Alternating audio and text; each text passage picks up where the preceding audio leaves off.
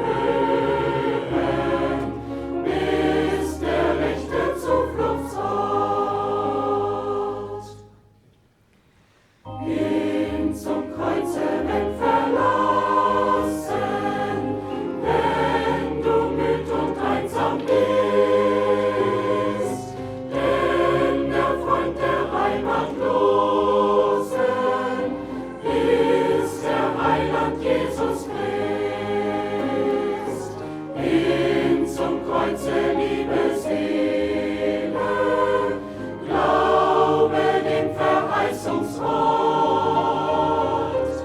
Heiliges Kreuz auf jenen Höhen, bis der rechte Zufluchtsort. Hin zum Kreuze, wenn noch Zweifel düstre Fluten dich umfahren, fasse die durchgrabenen Hände, sieh nur leitend Himmel an. Hin zum Kreuze, liebe Seelen, glaube dem Verheißungswort.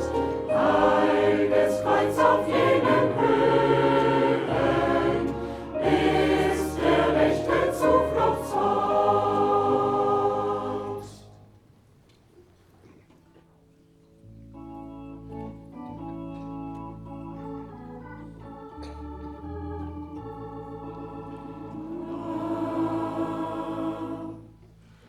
Gib mir dein Herz mit seinen dunklen Seelen, das schwache, kummervolle gib. Ich will dir trocknen all die heißen Tränen. Gib mir dein Herz und hab mich lieb. Gib mir dein Herz mit Leid und Schmerz. Ich starb für dich, oh glaub an mich. Gib mir dein Herz, dein ganzes Herz, leg jetzt auf mich, ich segne dich. Gib mir dein Herz, dann wirst du Ruhe finden, die Ruhe, die die Welt nicht kennt. Und dann befreit von allem Druck der Sünden, des Geistes Feuer in dir brennt. Gib mir dein Herz, mit Leid und Schmerz.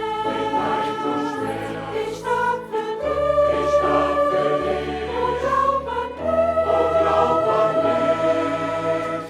Gib mir dein Herz, dein ganzes Herz, leg jetzt auf mich, ich segne dich.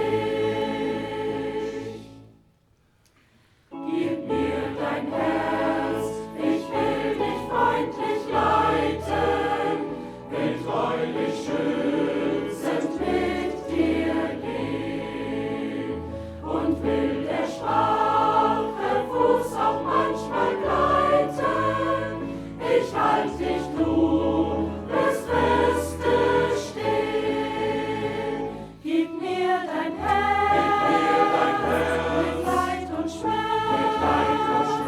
Ich starb für dich, oh glaub an mich.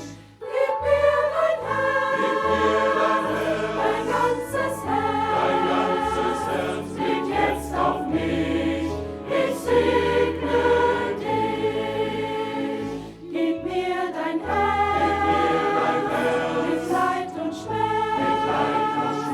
Ich starb für dich, oh glaub an mich. Gib mir dein Herz, dein ganzes Herz, leg jetzt auf mich, ich segne dich.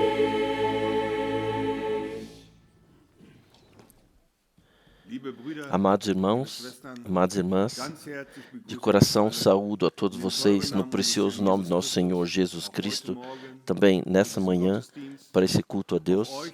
Também a vocês que estão ligados via internet, nós saudamos de coração.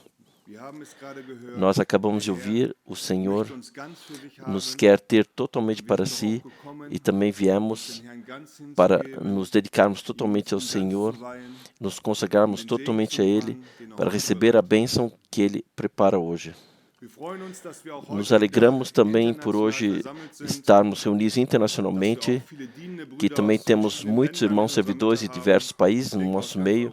Eu creio que toda a Europa, podemos dizer, estamos aqui reunidos, também da África, irmãos aqui, também do Canadá. Nos alegramos também pelas saudações que nos alcançaram ainda à noite, de Joanesburgo, de Toronto, de Paris, Kinshasa, de Cuba, Índia, da Bielorrússia. Se eu leio essas saudações, somos gratos ao Senhor pelo chamado que Ele deu ao irmão Frank, no qual também lembramos esse fim de semana, no dia 2 de abril de 1962, e nós reconhecemos que é a obra de Deus, é a mensagem de Deus, que não estamos aí espalhados, mas que ainda estamos reunidos unanimemente para ouvir aquilo que o Senhor tem a nos dizer hoje. Mas num dia especial como hoje, irmãos e irmãs, nós podemos com alegria exclamar: Nosso Senhor Jesus Cristo, Ele verdadeiramente ressuscitou.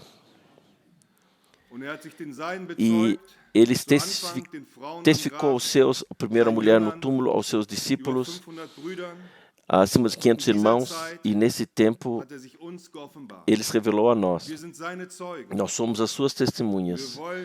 E nós queremos colocar nossa esperança somente na graça que nos foi participada na revelação de Jesus Cristo. Também hoje queremos caminhar adiante na fé, juntos com o Senhor. Eu peço que o irmão Helmut Russ venha nos cantar os hinos. Em seguida, o irmão Borca ainda lerá uma palavra de introdução. Vamos levantar antes e dedicar a reunião ao Senhor.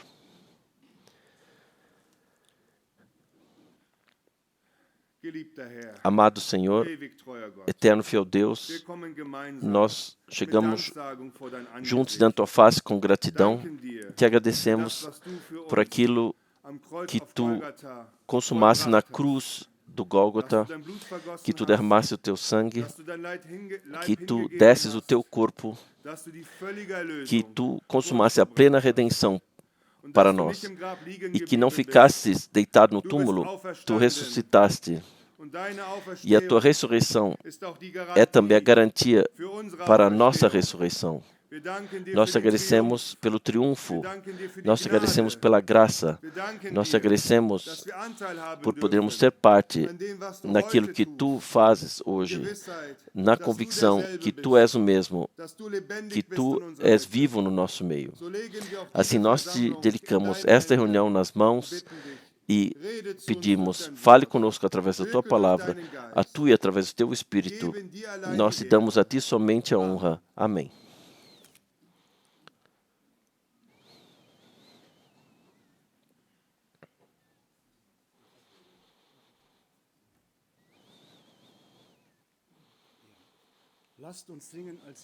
Vamos cantar com o primeiro hino, número 15.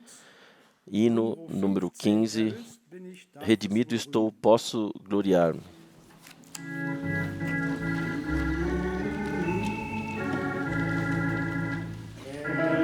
Redimido estou, posso gloriar. Redimido pelo sangue do Salvador. Redimido pela sua eterna misericórdia. Como estou bem em Jesus. Redimido, redimido, redimido pelo sangue do Salvador. Redimido, redimido. Como estou bem em Jesus. Redimido, estou salvo em Jesus. Não encontro palavras para expressar isso.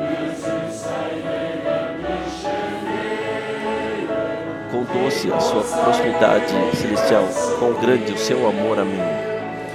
Redimido, redimido, redimido pelo sangue do Salvador. Redimido, redimido. Como estou bem em Jesus. Sempre penso no meu Redentor com um anseio profundo da alma. Quão grande o seu amor. Como a minha boca transborda um cântico. Redimido, redimido. Redimido pelo sangue do Cordeiro, pelo sangue do Salvador. Redimido, redimido. Como estou bem em Jesus.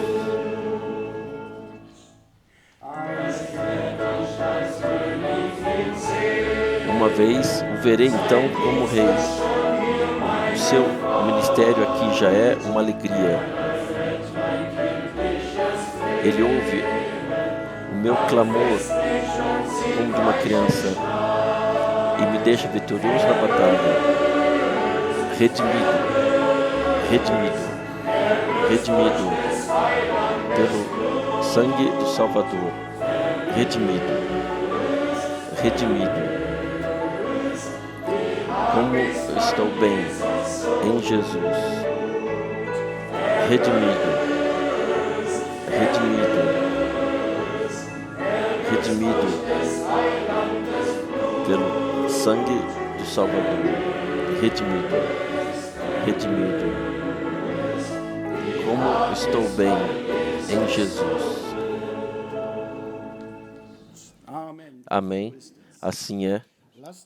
Vamos ainda, como segundo hino, cantar hino número 9. Número 9.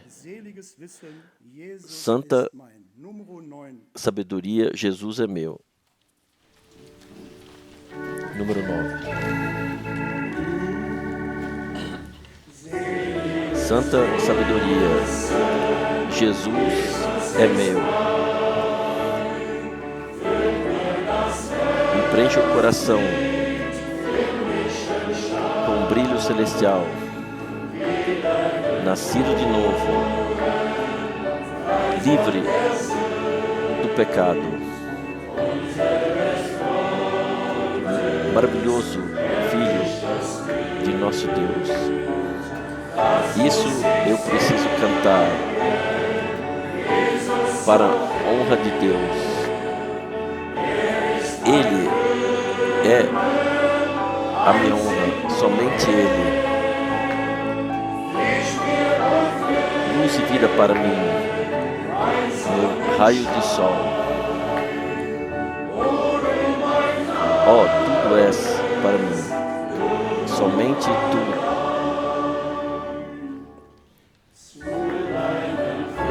Aos Teus pés, glória. Eu vejo o céu amplamente aberto, torrentes do amor, correntes da graça, descem abaixo para o caminho celestial.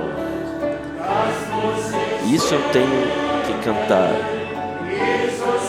para a honra ou glória de Deus. Ele é a minha glória, somente Ele. Luz e vida para mim, meu raio de sol. Tu és tudo para mim, somente Tu.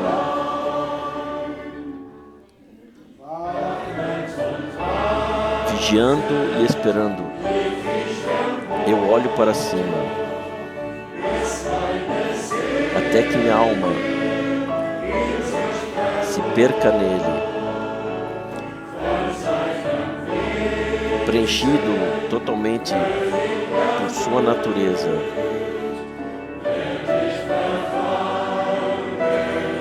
Serei transformado totalmente a sua imagem. Isso eu tenho que cantar para a glória de Deus, glória de Jesus. Ele é a minha glória. somente Ele, luz e vida para mim, meu raio de sol. Oh, tudo és para mim, somente Tu. Isso eu tenho que cantar para a glória de Jesus. Ele é a minha glória, somente Ele, luz e vida para mim, meu raio de sol. Oh, tudo és para mim,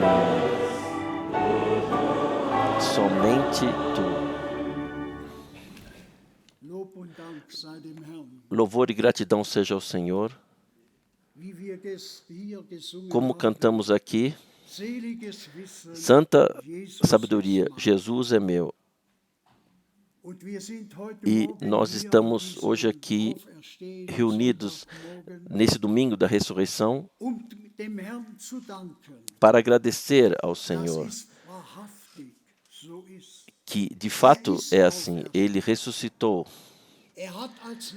Ele, como último, venceu a morte. O túmulo está vazio. Quando estivemos em Israel, em Jerusalém, nós visitamos o túmulo do Senhor. Está vazio. O Senhor verdadeiramente ressuscitou.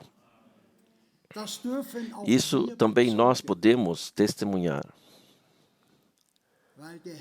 porque o Senhor se revelou a nós. Porque cremos que Ele hoje, nesta manhã, está no nosso meio. Ele está presente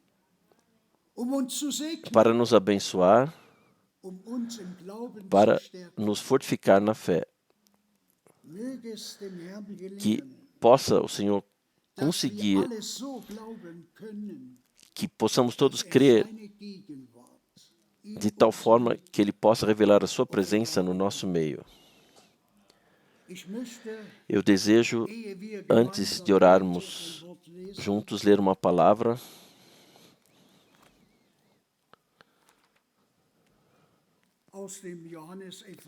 do Evangelho de João, capítulo 20, a partir do versículo 19. João 20, a partir do versículo 19. Chegada, pois, a tarde, naquele dia, o primeiro da semana, e estando os discípulos reunidos com as portas cerradas por medo dos judeus, chegou Jesus, pôs-se no meio e disse-lhes: paz seja convosco. Dito isto, mostrou-lhes as mãos e o lado. Alegraram-se, pois, os discípulos ao verem o Senhor. Disse-lhes, também nós podemos nos alegrar nessa manhã. Nós não o vemos, mas Ele está presente aqui, porque Ele prometeu. Disse-lhes então Jesus, segunda vez: paz seja convosco. Assim como o Pai me enviou, também eu vos envio a vós. E havendo dito isto, assoprou sobre eles e disse-lhes: recebeis o Espírito Santo. Aqueles a quem perdoardes os pecados, são-lhes perdoados. E aqueles a quem os retiverdes, são-lhes retidos. Ora, Tomé, um dos 12, chamado Dídimo, não estava com eles quando veio Jesus. Diziam-lhe, pois, os outros discípulos: vimos o Senhor. Ele, porém, lhes respondeu: se eu não vir o sinal dos cravos nas mãos, e não meter a mão no seu lado, de maneira nenhuma crerei.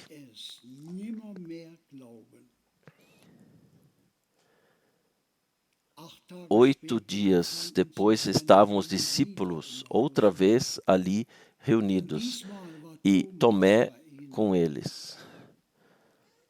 Chegou Jesus, estando as portas fechadas, pôs-se no meio deles e disse: paz seja convosco. Depois disse a Tomé: chega aqui o teu dedo e vê as minhas mãos. Chega a tua mão e mete-a no meu lado. E não sejas mais incrédulo, mas crente.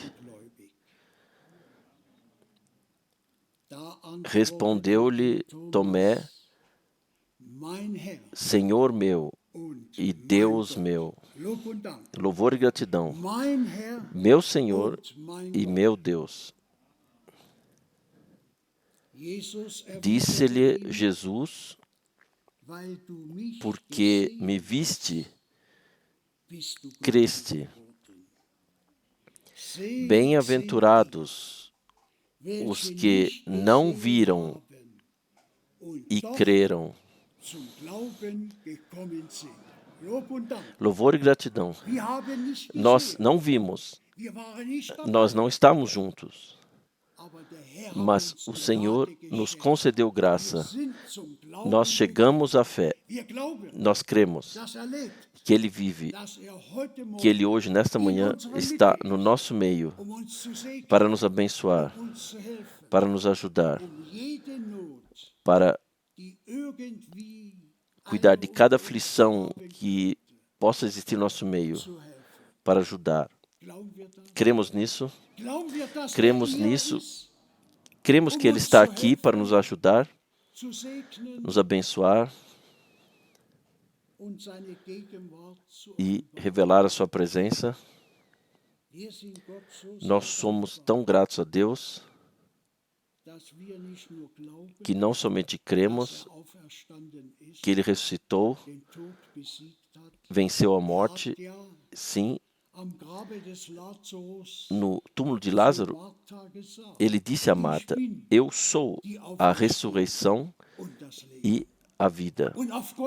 E no Gólgota, Ele provou, após a sua crucificação, Ele ressuscitou e apareceu a muitos na cidade, assim diz a Escritura. E também aos seus discípulos, não a todos, mas Ele, a nós que estamos reunidos aqui, Ele se revelou a nós. Irmãos e irmãs, isso aconteceu de fato. Nisto cremos, nisso confiamos e damos ao Senhor a honra. Vamos nos levantar ainda e juntos agradecer.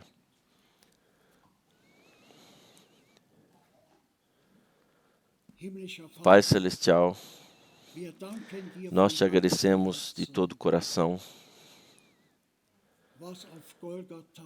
pelo que aconteceu por nós no Gólgota, que tu, por fim, venceste a morte e ressuscitaste vitorioso. Tu vives e também nesta manhã estás presente para nos ajudar, para nos abençoar, para te revelar. Nós te agradecemos que podemos crer, assim como diz a Escritura. Nós cremos de todo o coração e te pedimos, fale adiante por meio de tua palavra aos nossos corações, abençoe-nos, torna-nos preparados. A tua vinda está muito próxima. Ajuda a mim, ajuda a todos nós, Senhor. Nós não olhamos para nós mesmos, nós olhamos a Ti. Porque Tu estás no nosso meio, através do Teu Espírito, para nos ajudar, para salvar, para curar, para libertar. Faça-o nesta manhã. Revela a Tua presença, Senhor. Nós te agradecemos que Tu o fazes, no nome de Jesus. Amém. Amém. Podemos nos sentar.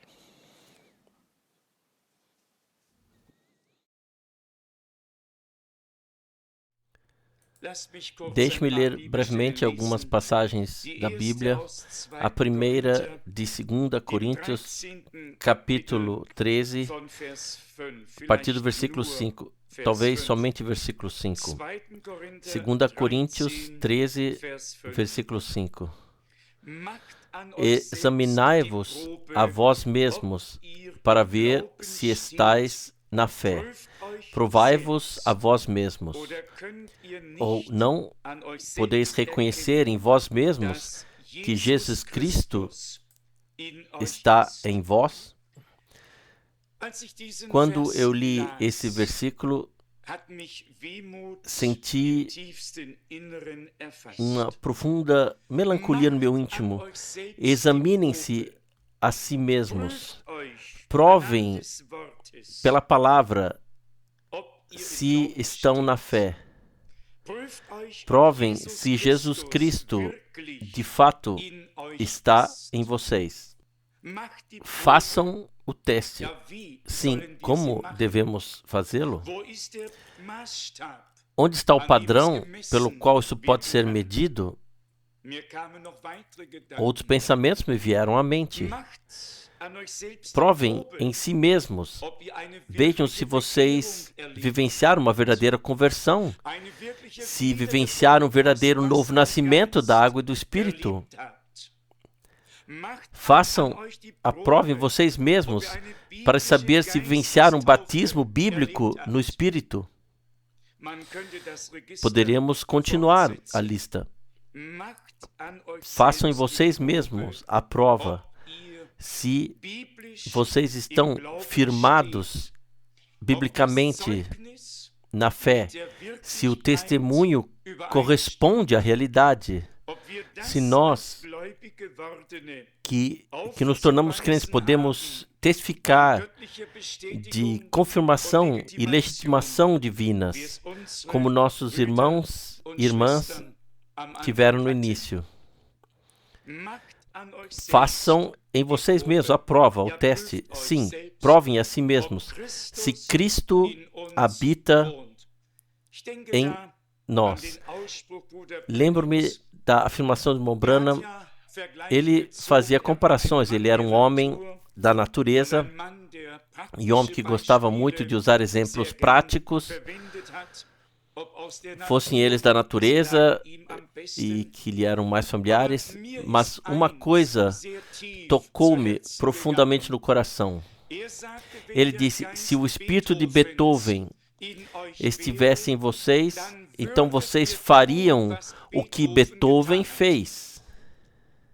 Ele disse: se o espírito de Shakespeare estivesse em vocês, vocês fariam o que Shakespeare fez. Ele listou alguns. Então ele disse: se o Espírito de Cristo está em vocês, então vocês farão o que Cristo fez. Então Cristo vive em vocês. E Paulo disse isso. Cristo é em nós a esperança da glória. Ele pôde dizer: agora não sou mais eu quem vive, mas Cristo vive em mim. Nós podemos dizer isso para a glória de Deus, que o irmão Branham realmente agiu como nenhum outro, e eu não conheci ninguém até hoje que se baseasse, até o de hoje, na palavra do Evangelho de João,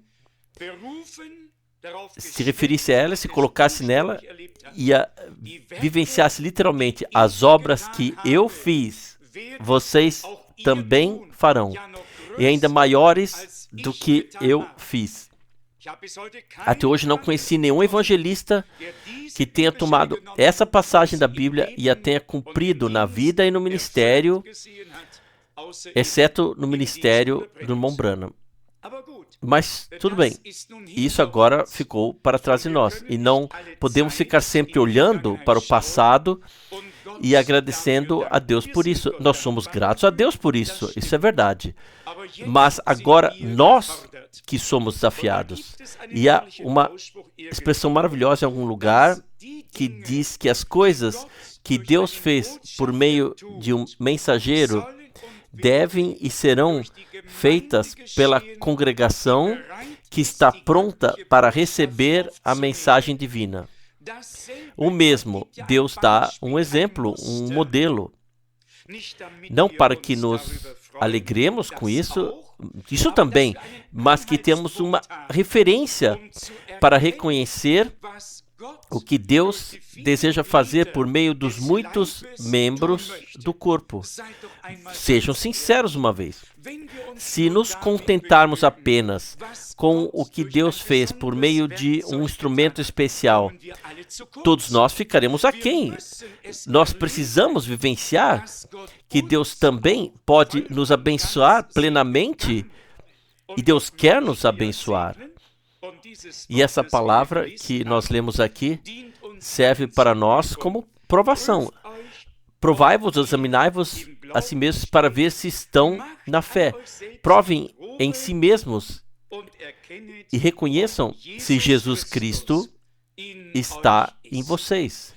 Não uma doutrina, um conhecimento, mas Jesus Cristo, o ressuscitado, que disse: a mim é dada toda a autoridade no céu e na terra. Que este Senhor ressurreto possa habitar em nós com todo o poder, com a plena autoridade, para que essa plena autoridade divina se manifeste por nosso ministério, para que não tenhamos apenas uma mensagem divina, mas também poder divino.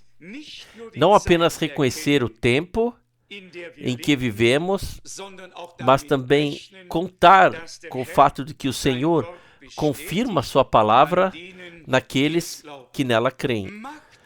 Ponham-se à prova. Eu preciso me submeter à prova.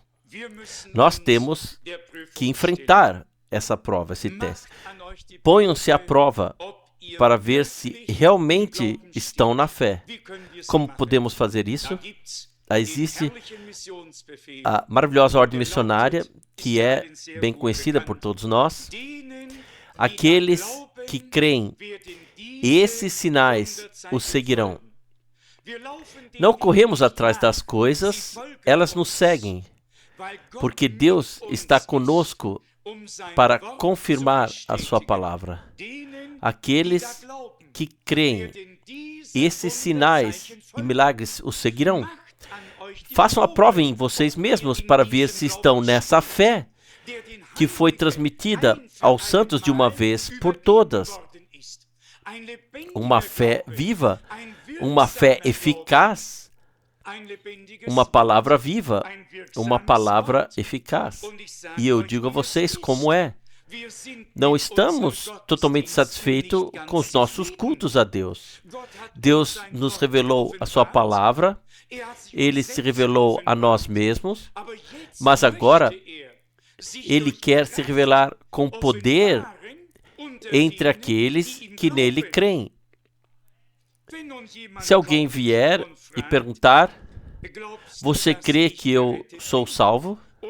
Ou outra pessoa perguntar, você está convencido que eu fui batizado no Espírito? Sim, quem deveria saber isso?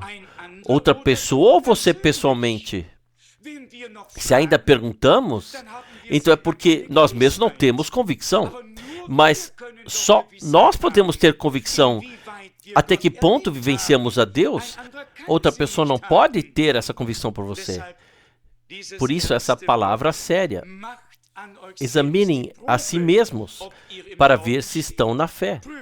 Provem a si mesmos. Nós ouvimos isso na introdução de 1 João 3. Quem é nascido de Deus? Tudo o que é dito ali. Então tudo se tornou novo. O velho passou. Uma nova vida, um novo pensar, um novo caminho, o caminho com Deus. Tudo se tornou novo. Não uma mistura, mas tudo se tornou novo. Vocês sabem que enviamos nossos manuscritos do livro Cristianismo Tradicional, provavelmente, se bem me lembro, a 11 editoras, e todas as 11 recusaram. Mas a última editora, uma das mais conhecidas no país, a Brockhaus, muito famosa, com todos os nossos dicionários, assim por diante, então nos é dito educadamente, suas explicações são tão bem fundamentadas na Bíblia e tão convincentes que não há nada a dizer contra elas. Só sentimos falta da reconciliação com todas as outras comunidades de influência cristã. Sim, onde está a reconciliação? A luz e as trevas devem se reconciliar? Deve o errado e o certo se reconciliar? Deixai-vos reconciliar com Deus? Não há outra maneira. Deus nos deu luz. Mas então, Ele separou a luz das trevas. Essa não é a nossa decisão, essa é a decisão de Deus. Agora, pessoas como estas, da mais alta instância, confirmam que tudo o que foi escrito é biblicamente correto. Mas falta o espírito ecumênico, falta o espírito do segundo concílio vaticano. Sim, mas onde esses espíritos estão, não está o Espírito de Deus. E Deus separou a luz das trevas. E se Ele é luz, como alguns irmãos citam a palavra do profeta Zacarias, haverá luz ao anoitecer. Se Deus deu a luz, como eu já disse, então não para que ela seja colocada debaixo da mesa, mas no castiçal, para que todos os que entram sejam iluminados pela luz divina. Nosso irmão leu em Isaías 60, levanta-te, se torne luz, porque veio a tua luz. Deus ignorou os tempos da ignorância, passou por cima deles e agora ordena a todos, em todos os lugares, que se arrependam, se submetam à palavra de Deus e aceitem a correção. Essas decisões não são nossas, não vivemos nos dias de Moody, ou de Sankey, ou Finney, ou muitos outros, até Wigglesworth e alguns outros. Nós vivemos no fim dos dias e Deus dispôs assim que a luz, como está escrito em Provérbios 4, deve chegar até o auge do dia. E se agora podemos ver e testemunhar essa plena luz no fim, então vamos caminhar nessa luz. E também aí podemos provar em nós mesmos se estamos no estado mais atual no reino de Deus ou se ficamos parados em certas coisas sem seguir em frente com o Senhor e compreender totalmente o tempo e a hora em que vivemos e nos colocarmos totalmente do lado de Deus e aceitar tudo o que Ele preparou. Hoje li rapidamente a acusação de Nosso Senhor em Lucas 19, a partir do versículo 41. Naquela época, ele repreendeu aqueles que não criam e disse-lhes que eles não reconheceram a visitação que lhes foi concedida em graça. Lucas 19, a partir do versículo 41. Quando ele se aproximou e viu a cidade, chorou por ela. Ele veio para os seus, e os seus não o receberam. Ele agiu, ele pregou, e ficou profundamente triste pelo fato de que, apesar de toda atividade religiosa, os olhos não viam e os corações não compreendiam. Como havia dito o profeta Isaías, com olhos que veem, eles não veem, e com ouvidos que ouvem, eles não ouvem. Porque Deus lhes deu um coração endurecido. O Senhor viu essas pessoas que deveriam conhecer a palavra do Salmo. Não endureçais os vossos corações. Hoje, se ouvirdes a sua voz, não endureçais os vossos corações. Mas eles endureceram seus corações quando ouviram sua voz. É simplesmente muito importante que nós sejamos tomados pela seriedade do tempo até o limite máximo, que toda a indiferença cesse e que realmente reconheçamos que o tempo é tão sério do que nunca foi antes e também já avançado, de modo que podemos realmente esperar os últimos acontecimentos em um futuro muito próximo. Aqui, o Senhor, depois de chorar sobre a cidade, no versículo 42, se ao menos tu também, neste dia, reconhecesses o que serve para a tua paz, mas agora isso ficou oculto aos teus olhos. Que tragédia! O Senhor entre o seu povo. Agora, porém, isso ficou oculto aos teus olhos. Se você tivesse reconhecido neste teu dia, sim, esse é o nosso dia. Nós cantamos isso no hino, este é o dia. Um dia especial, ainda o dia da graça, o dia da salvação, mas ainda assim um período especial nesse dia da graça, no dia da salvação, no qual agora podemos viver, no qual Deus faz coisas especiais. Então, em seguida está anunciando o julgamento, no versículo 43, pois dias virão sobre ti em que os teus inimigos erguerão um muro contra ti, te cercarão por todos os lados e te oprimirão de todos os lados. Eles te destruirão a ti e a teus filhos dentro de ti, e não deixarão em ti pedra sobre pedra, por não teres reconhecido o tempo da tua visitação de graça. Meus amados, é uma grande diferença, como diz nosso irmão, se vem um evangelista, algum, e não prega o evangelho, mas quer alcançar algo com o seu entusiasmo. E há doentes em toda parte, e quem não gostaria de ficar saudável? Uma tal pessoa é difícil encontrar. Somente quando os pregadores realmente conseguem dizer a essas pessoas pobres, Deus te ama e por isso te deu a doença, porque te ama muito. Se as pessoas crêem nisso, então pode acontecer que elas, talvez com relutância, mas ainda assim se submetam à fé, embora seja uma não fé, na incredulidade de que Deus fez isso. Deus não castiga com o pecado. Deus não castiga com a doença. Ambos são resultados da maldição. Não teria havido pecado, nem doença, nem morte. O Senhor assumiu tudo sobre si. Mas quem não gostaria de ficar saudável? Pergunte a um cego, a alguém que tem câncer, o que quer que seja. Cada um quer ser saudável, não é verdade? Todos querem que passem bem. Aqui é dito às pessoas como castigo por não teres reconhecido o tempo da tua visitação misericordiosa.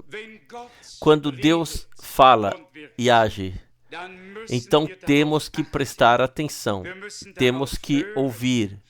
Se não o fizermos, e isso também deve ser dito muito claramente, então o Senhor nos deixará seguir nossos próprios caminhos.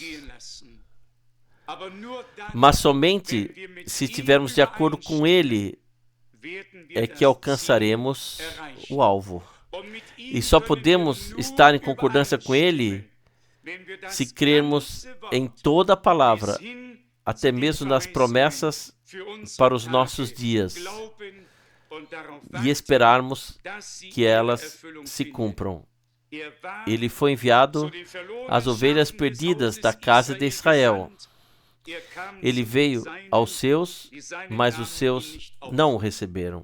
E ele disse: não reconheceste o que serve para a tua paz, nem compreendesse os teus dias ou o teu tempo. E por isso ele disse: virão dias sobre ti em que os inimigos farão o que lhes compete. Meus amados, mesmo após o arrebatamento, se cumprirá que virá um tempo terrível de tribulação, um tempo em que as taças da ira de Deus serão derramadas, um tempo em que as pessoas clamarão: rochas caiam sobre nós e nos cubram da ira daquele que está sentado no trono, da ira do Cordeiro. Virá um tempo terrível de tribulação sobre todos aqueles que não reconheceram o dia misericordioso da visitação de Deus. Nós podemos ser crentes, nós podemos ser uma propriedade do Senhor. E, no entanto, a menos que Deus nos conceda a graça, senão não reconheceremos do que de fato se trata. Como filhos de Deus, que temos o privilégio de viver nesses dias. Deixe-me também abordar esse ponto. Examinai a vós mesmos se estáis na fé. Examinem a si mesmos para ver se reconheceram os sinais dos tempos. Provem-se para ver se vocês veem, reconhecem, creem e vivenciam as promessas para esses dias. Examinem-se para ver se reconheceram a parte profética da história da salvação que está agora se desenrolando. Provem em si mesmos para ver se compreenderam que esse é o tempo da restauração de todas as coisas, de acordo com a palavra que todos conhecemos dos Atos Apóstolos, capítulo 3, versículos 19 a 21. Aqui nos é dito: arrependei-vos e convertei-vos, para que os vossos pecados sejam perdoados, para que venham tempos de refrigério da parte do Senhor e que Ele possa enviar Jesus ungido, destinado a vocês. Primeiro o tempo do refrigério e depois o retorno de Jesus Cristo. Primeiro o chamado para fora, a preparação da noiva, e depois a vinda do noivo. Primeiro o cumprimento e o selamento com o Espírito Santo para o dia da nossa redenção corporal e depois a nossa redenção corporal. Nós temos que considerar a sequência, a ordem divina, submetermos a ela e pedir ao Senhor que todas as coisas sigam seu curso de acordo com a ordem divina. Vocês todos querem isso? Queremos que Deus atue na sua ordem, como Ele a deu na palavra, que tudo aconteça. Aqui está no versículo 21. Então, Jesus, é necessário, porém, que o céu o receba até os tempos da restauração de tudo o que Deus anunciou desde os tempos antigos pela boca de seus santos profetas.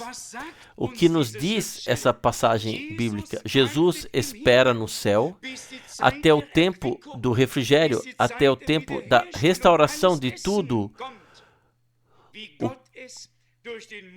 como Deus anunciou desde os tempos antigos pela boca de seus santos profetas. Tudo tem que ser ordenado divinamente. Como já dissemos muitas vezes, Elias reconstruiu naquela época o altar do Senhor, que havia sido derrubado. Aqui o sacerdote de Baal, ali o sacerdote de Acera e um homem de Deus no meio de todos eles. E o Senhor lhe deixou saber: eu ainda tenho 7.000 que não dobraram os joelhos diante de Baal. Eu não tenho desejo de ser um profeta, eu não fui destinado a isso. Mas um desejo eu tenho. Eu tenho desejo de que a palavra dos apóstolos e profetas eu veja cumprida com os meus próprios olhos. Eu tenho desejo de que Deus cumpra a sua palavra, as suas promessas.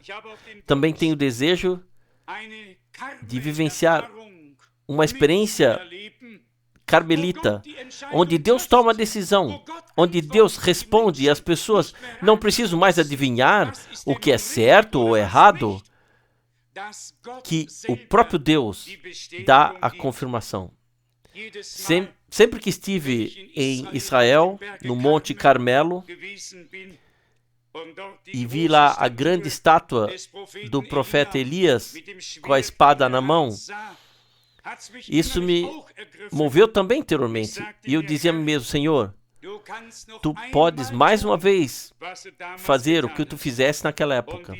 E não queremos aqui de forma alguma dizer nada sobre qualquer religião. Todas têm o direito de existir, caso contrário não estariam lá. Nós nem sequer temos o direito de blasfemar contra Satanás. Vocês podem ler isso no profeta Zacarias. Lá, o homem de Deus disse: o Senhor te repreenda. Nós não temos o direito de zombar de nada. Com certeza não. Nosso irmão mencionou que todo São Nicolau tem aquela coisa na cabeça lá. E, claro, o Papa também tem uma coisa assim lá na cabeça. Não podemos fazer nada a respeito, que ele tem que desempenhar esse papel. Ele mesmo não pode fazer nada a respeito. Ele foi colocado nesse papel e precisa desempenhá-lo. Assim como fomos colocados e designados por Deus na nossa posição, assim tudo mais, todos os reis, tudo o que pertence ao decorrer do tempo do fim, tudo tem que encontrar seu lugar. E se quisermos assim, então podemos expressar isso tranquilamente.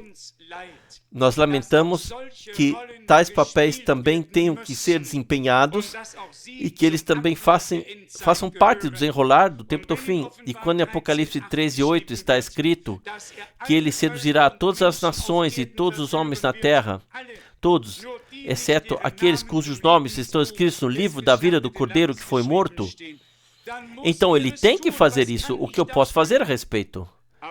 Mas uma coisa é certa: os eleitos não podem ser seduzidos para o erro, pois os eleitos foram predestinados por Deus desde antes da fundação do mundo para serem transformados à imagem de Jesus Cristo, o Filho de Deus. Eles foram redimidos pelo sangue do Cordeiro, nascidos de novo para uma viva esperança, carregam em si a vida e a essência, a natureza de Jesus Cristo. E como vimos, agora somos filhos de Deus e ainda não se manifestou o que seremos. Eu não sei se vocês prestaram realmente atenção ao versículo de 1 João 3. Pois lá está escrito no versículo 10, 1 João 3, versículo 10, nisto se reconhecem os filhos de Deus e os filhos do diabo. Vocês podem ler o que está escrito antes e o que está escrito depois. Aqui nos é dito sobre dois filhos. Os filhos de Deus e os filhos do diabo. Sim, o diabo tem filhos? O diabo tem filhos? Aqui nos é dito sobre dois filhos. Eu vou ler novamente. É por isso que se reconhecem os filhos de Deus e os filhos do diabo, que podem ser discernidos. Vocês podem ler em Mateus 13, a conhecida parábola de Nosso Senhor. Lá se fala de dois tipos de sementes e sabemos que existem dois tipos de sementes, mas a semente divina permanece nos filhos de Deus. Também isso nós lemos. Em Mateus capítulo 13, está no versículo 39, espero que encontre assim imediatamente. Mateus 13, talvez já versículo 38. O campo é o mundo, a boa semente são os filhos do reino. O joio, porém, são os filhos do maligno. Duas sementes diferentes. E Deus já disse logo após a queda, pois se tratava da semente da serpente que veio através de Caim no natural, eu porei inimizade entre a tua semente e a semente dela. Ela te ferirá no calcanhar, mas tu lhe ferirás a cabeça, ou esmagarás a cabeça. Duas sementes diferentes. E se vocês transferirem isso para o Novo Testamento, então está escrito sobre Judas, que era um filho do diabo ou do maligno, dependendo da tradução. Satanás, ele entrou em Judas, e por isso a traição e assim por diante. Aqui temos duas sementes diferentes. Filhos de Deus, os filhos de Deus não têm nada em comum com os filhos deste mundo. É como luz e trevas, simplesmente separados por Deus. Quer dizer, Deus fez a separação, não nós. Agora, lemos aqui 1 João 3, no versículo 11. Sim, talvez também o final do versículo 10, ainda muito importante, talvez até mesmo o final do versículo 9, porque lá é falado da semente. 1 João 3, versículo 9 e adiante. Todo aquele que é nascido de Deus, ou gerado por Deus, não pratica o pecado, porque a sua semente permanece nele. Ele não pode pecar. Que semente permanece nele? A semente é a palavra de Deus. Na pessoa nascida de novo, permanece a semente divina da palavra de Deus.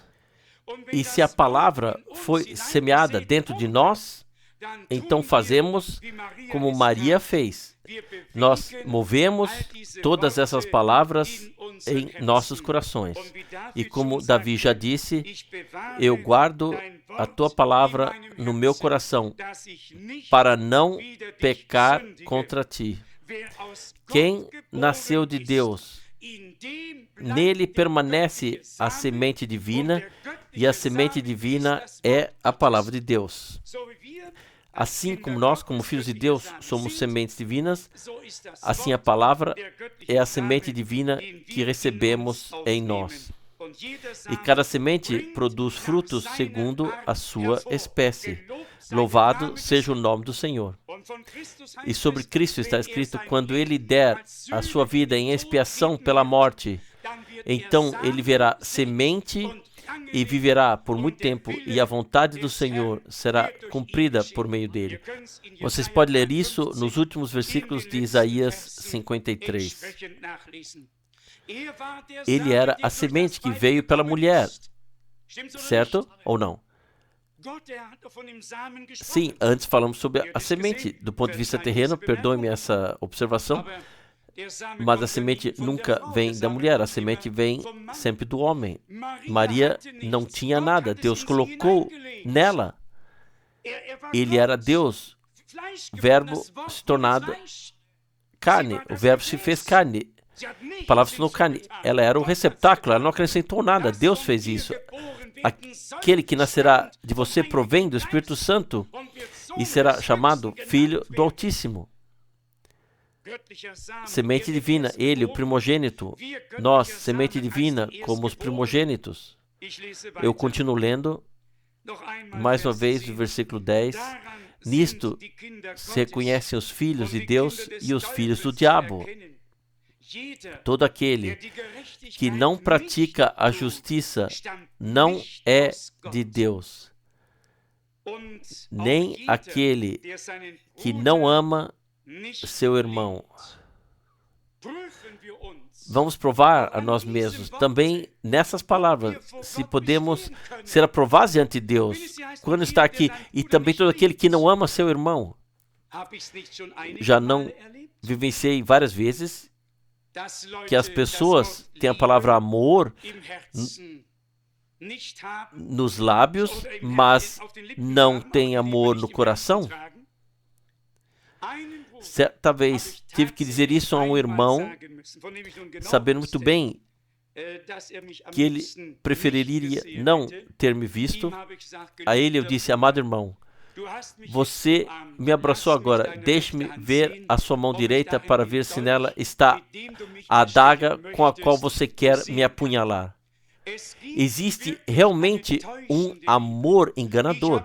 Eu te amo, então um abraço é ainda colocado firmemente ao redor e quase se sente que a facada penetra com toda a força. Aqui nos é dito: todo aquele que não ama seu irmão não é de Deus. Vamos provar a nós mesmos como estamos. Onde nós falhamos, fracassamos, onde Deus ainda precisa nos ajudar, nos acolher, nos dar força, para que a situação na congregação possa realmente ser tal que não conheçamos mais ninguém segundo a carne, mas somente segundo o Espírito, e que o Espírito de Deus possa agir e governar novamente em nosso meio, em nossa vida, na congregação, que também não suspiremos uns contra os outros, como está escrito em Tiago, porque o Senhor está próximo, e que, de fato, pratiquemos o amor como nos diz a palavra de Deus, não por obrigação. Pessoas que se amam, não precisam que isso lhes seja dito, elas o revelam em ação. Irmãos que amam uns aos outros, não é preciso dizer mais: você deve amar seu irmão. O amor está automaticamente lá presente, porque é derramado pelo Espírito Santo em nossos corações. E se ele não está presente, é porque não foi ainda derramado pelo Espírito Santo. Isso também é muito importante. O amor não se pode ter automaticamente, ele precisa ter sido derramado em nossos corações pelo Espírito Santo. E quando essa derramação do Espírito Santo acontece, então nós o temos e carregamos em nossos corações. Agora os versículos 11 e 12. Pois esta é a mensagem que vocês ouviram desde o início. Devemos amar uns aos outros, não como Caim. Sim, como Caim amava, não como Caim, que era o filho do diabo. É uma pena que não esteja escrito que era um filho de Adão, mas deixamos a palavra de Deus como está. Não como Caim, que era filho do diabo e matou seu irmão. E por que ele o matou? Porque todas as suas obras eram más, ao passo que as de seu irmão eram justas. Foi assim desde o início, que jamais os gerados pelo Espírito odiaram os que vivem na carne, mas vice-versa.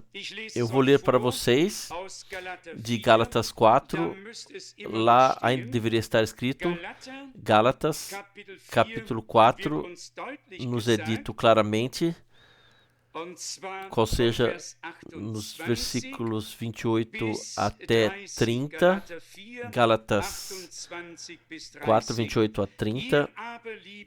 Mas vós, amados irmãos, sois filhos da promessa segundo Isaque. Mas assim como naquela época o filho gerado segundo a carne perseguia o filho gerado segundo o Espírito, assim também é agora. O que devemos dizer sobre isso? Ainda hoje, quase 2000 anos depois de Paulo ter escrito isso, a situação continua a mesma como era naquela época. Eu vou ler mais uma vez. Mas assim como naquela época, o filho gerado segundo a carne perseguia o filho gerado segundo o Espírito, assim também acontece agora. A palavra de Deus é atemporal. Não se pode dizer, naquela época era válida, hoje não é, naquela época era verdade, hoje não é. Ela sempre é válida. O que Deus disse vale para sempre. Qual era a diferença entre Isaque e Ismael? Muito simples. Ismael foi um filho gerado naturalmente, sem promessa e tudo o que isso implicava. Mas Isaque era um filho prometido. Quando Abraão tinha 75 anos, Deus lhe prometeu que lhe daria um filho. E Abraão creu a Deus, esperou exatamente 25 anos e não se deixou enganar pela incredulidade, mas permaneceu firme na promessa de Deus. Isaque, um filho prometido, por meio do qual a promessa feita a Abraão se cumpriu. E aqui Paulo escreve, mas vós, amados irmãos, sois filhos da promessa, como Isaque. Nós cremos nas promessas de Deus para esse tempo e nós as veremos cumpridas. Não fomos gerados segundo a carne, isso também está escrito no Evangelho de João, no capítulo 1. Isso pode estranhar alguns, mas está realmente escrito aqui.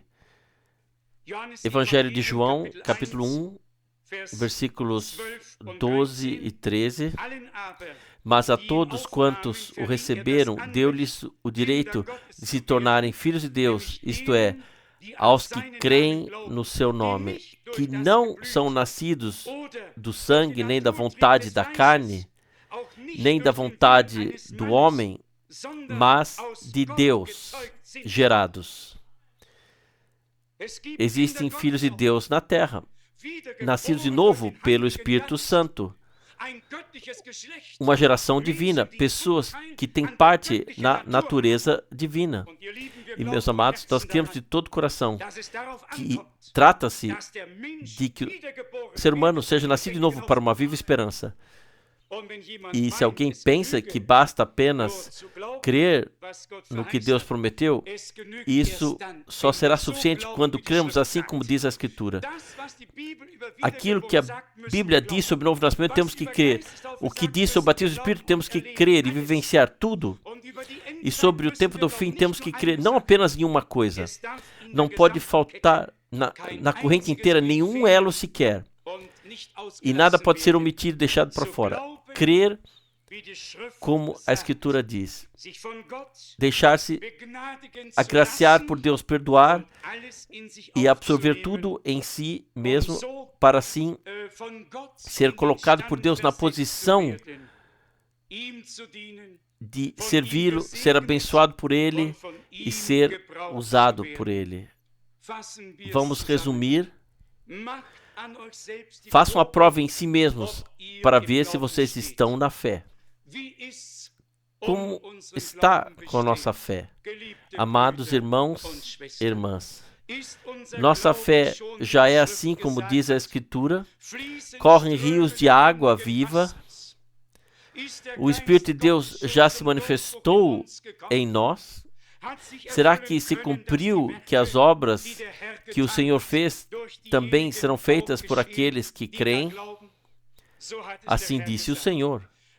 Ainda há promessas que encontrarão seu cumprimento. E eu ouso dizer na fé, porque Deus prometeu, e isso acontecerá, e a congregação será levada a esse estado. E se para isso for necessário passar por uma breve provação e perseguição, isso não importa. Deus já saberá como Ele vai levar a congregação lá para onde Ele quer que ela esteja, para que não haja mais contendas, mais nada, brigas, como no início, um só coração e uma só alma.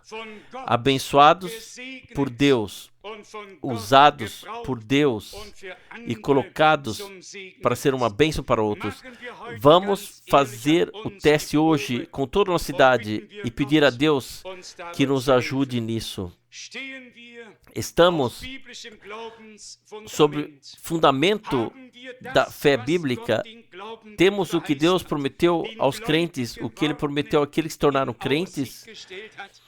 Já vivenciamos isso, já recebemos, se já se tornou revelado por meio de nós.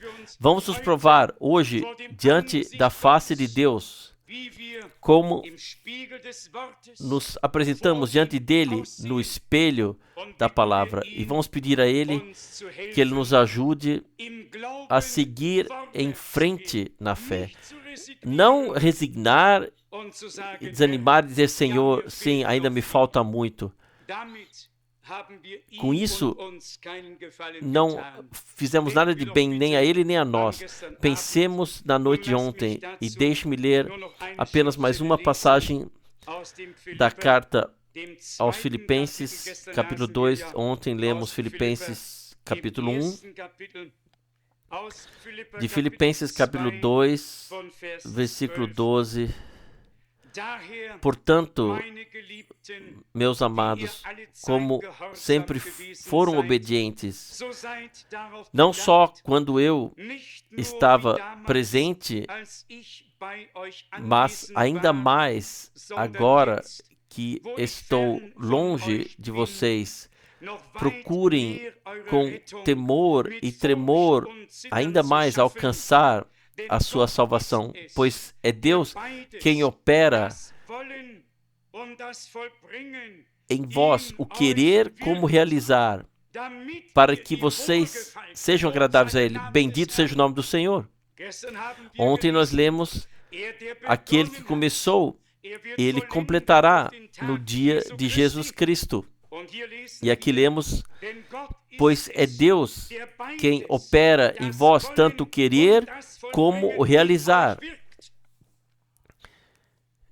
Ele operou o querer em nós, pois sem Ele nem seremos capazes de querer, só podemos querer porque Ele quis. Ninguém pode vir a Ele, a menos que o Pai o atraia primeiro, e todos aqueles que vêm a mim, eu não os rejeitarei. Ele nos pega pela mão, Ele nos acolhe. Aqui nos é dito: porque é Deus. Amém.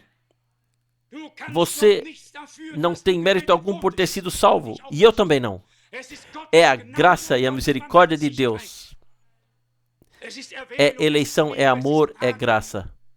Louvado e bendito seja o nome do nosso Senhor pelo amor que Ele nos demonstrou. Pois é Deus, não você nem eu, pois é Deus que opera em vocês tanto o querer como o realizar. Deixam que Ele haja. E se hoje aqui, aqueles em que a vontade ainda não acontecer, que o querer não aconteceu, deixem que hoje aconteça.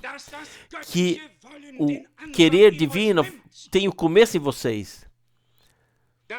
Que vocês se rendam ao Senhor, sintam o seu amor e saibam: agora Ele está chamando você, agora está chamando você, agora está falando com você, agora Ele está se referindo a você. E então, todos aqueles que já vivenciaram o querer divino, a vontade divina, a vocês podemos dizer, com base na palavra de Deus: Ele também o cumprirá, Ele realizará.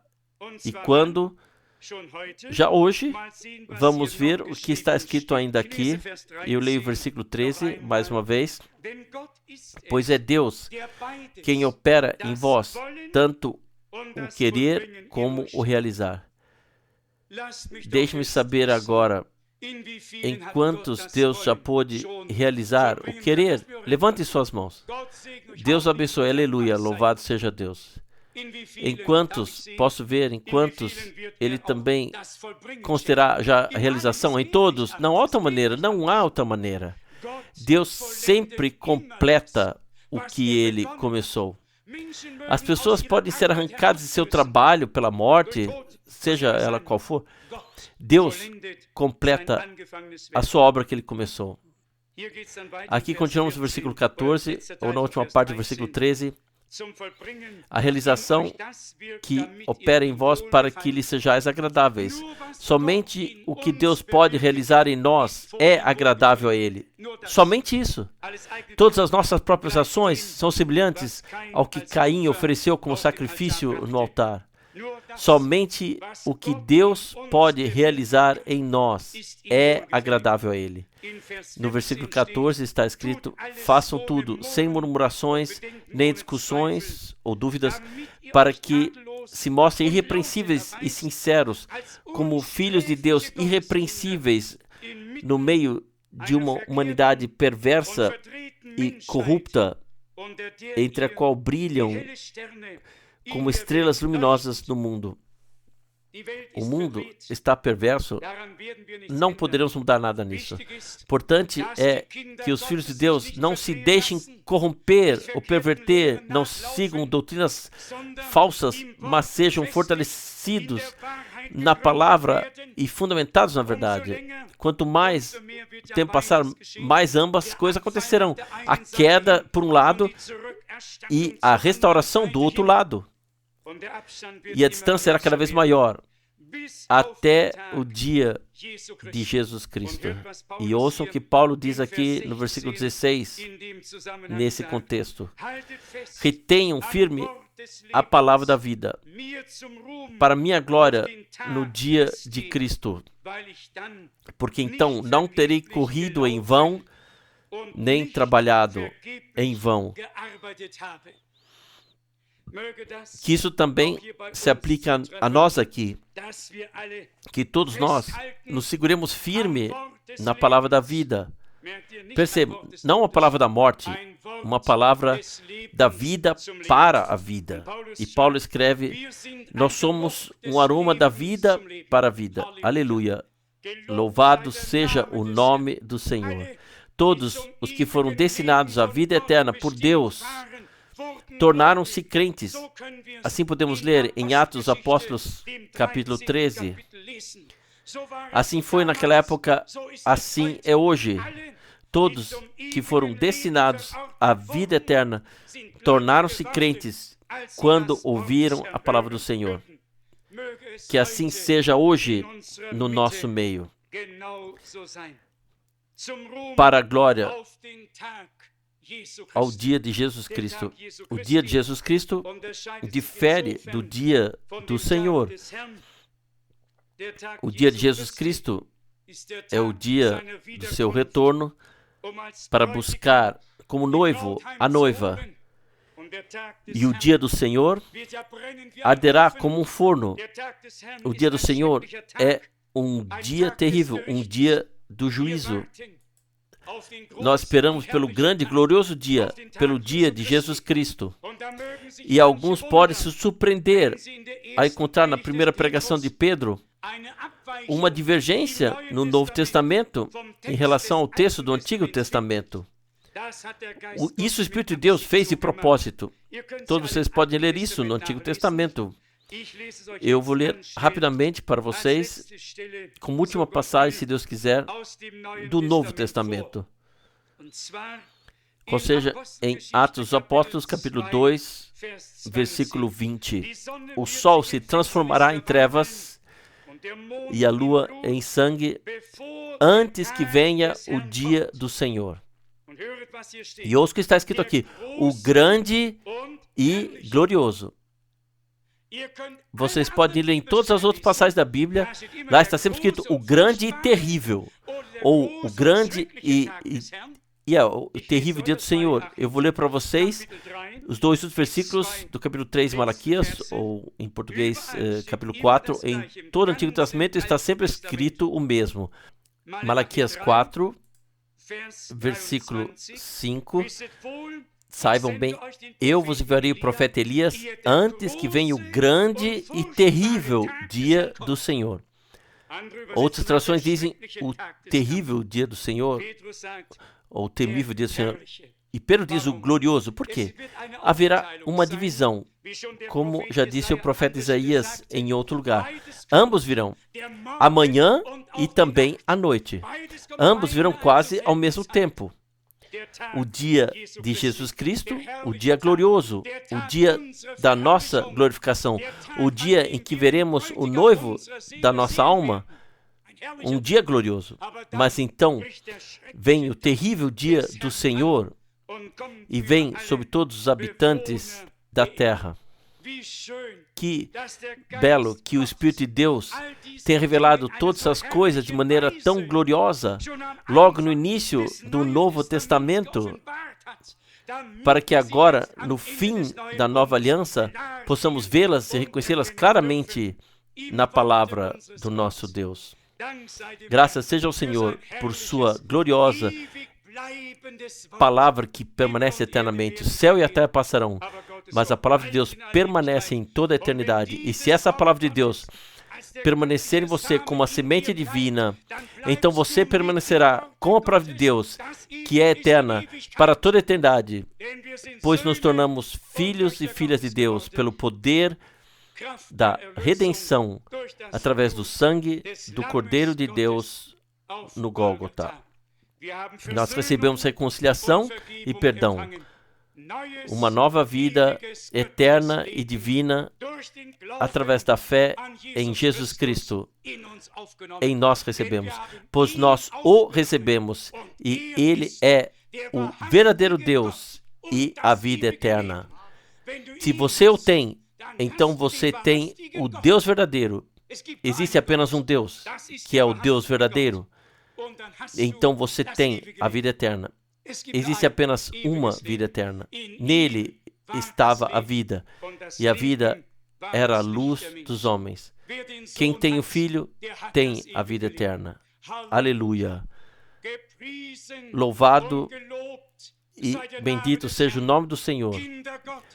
Filhos de Deus, irmãos e irmãs, vamos nos alegrar, pois aquele que começou também finalizará.